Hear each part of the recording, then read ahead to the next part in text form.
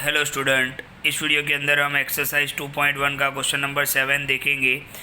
तो आपको क्वेश्चन में क्या दिया हुआ है, ध्यान से देखो। ए सेट दिया हुआ है जिसमें 1 2 है, बी सेट दिया हुआ है आपको 1 2 3 4, सी सेट दिया हुआ है आपको 5 and 6 और डी सेट में दिया हुआ है आपको 5 6 7 8। आपको वेरीफाई करना है, चेक करना है। वेरीफाई यानी चेक करना।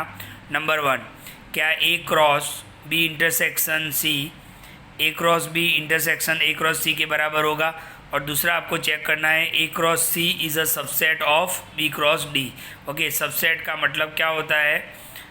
सबसेट का सिंबल ये होता है, यानी ए क्रॉस सी के सारे एलिमेंट बी क्रॉस डी में है।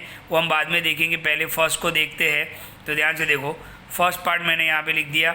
इसका LHS पार्ट हम पहले सॉल्व करते हैं। तो ये LHS में क्या है? ए क्रॉस बी इंटरसेक्शन सी। तो बी इंटरसेक्शन सी पहले फाइंड कर लेते हैं। तो बी इंटरसेक्शन सी, बी कितना है 1 2 3 4, बीच में इंटरसेक्शन लगा दिया। सी कितना है 5 6।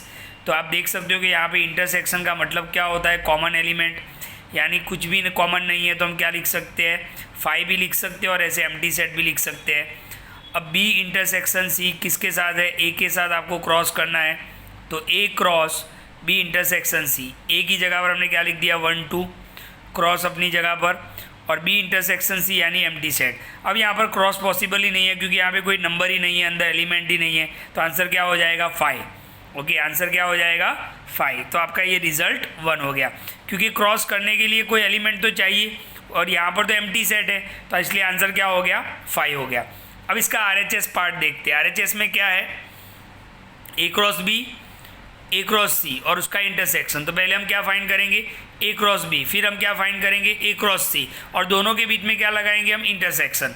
तो ए क्रॉस बी, ए कितना है 1 2, बी कितना है 1 2 3 4, और क्रॉस करना है। तो क्रॉस कैसे होगा? यहाँ से 1 1, तो देखो 1 1 लिख दिया, 1 2, फिर 1 2 लिख दिया, 1 3 लिख दिया, 1 4 लिख दिया। कार्टेशियन प्रोडक्ट आपको पता है कैसे करना है।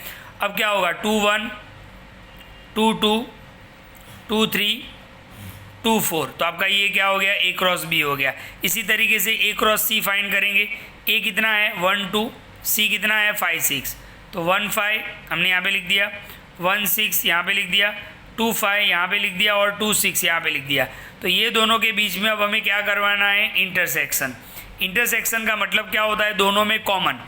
तो आप देखो, कोई भी ऑर्डर्ड पेड कॉमन नहीं है। यहाँ पर 1 5 है, यहाँ पर कहीं पे भी 1 5 है, नहीं है।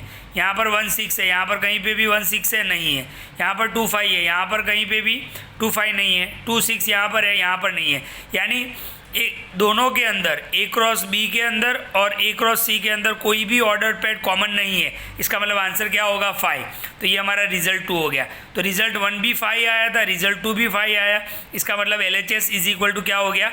RHS हो गया। ओके, अब हम इसका सेकेंड पार्ट देखते हैं। ध्यान से देखो, सेकेंड पार्ट में क्या था?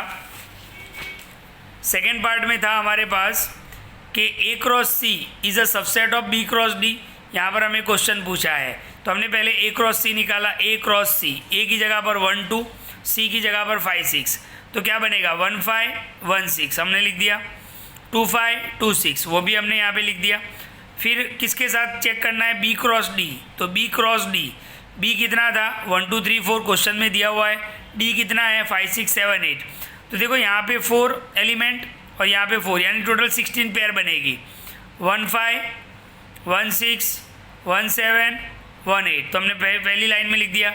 फिर 2 5 2 6 2 7 2 8, ये हमने सेकेंड लाइन में लिख दिया। इसी तरीके से 3 5 3 6 3 7 3 8 थर्ड लाइन में आ गया। एंड 4 5 4 6 4 7 4 8। ओके, अब हमें क्या चेक करना है कि ए क्रॉस सी सबसेट है बी क्रॉस डी का। तो हमें चेक करना है कि ए क्रॉस सी के सारे एलिमेंट बी क्रॉस डी में है। तो देखो, ये 1 5 तो यहाँ पर है, 1 6 यहाँ पर है, 2 5 तो ऑलरेडी है, 2 6 तो वो भी है। यानी ए क्रॉस सी के सारे एलिमेंट बी क्रॉस डी में है। तो हमने यहाँ पे लिख दिया कि all elements of A cross C are present in B cross D. So हम लिख सकते हैं कि A cross C is subset of B cross D. तो ये था आपका 2.1 का क्वेश्चन नंबर 7। वीडियो को ध्यान से देखें और सम आपको नोटबुक में भी लिख लेना है। Thank you.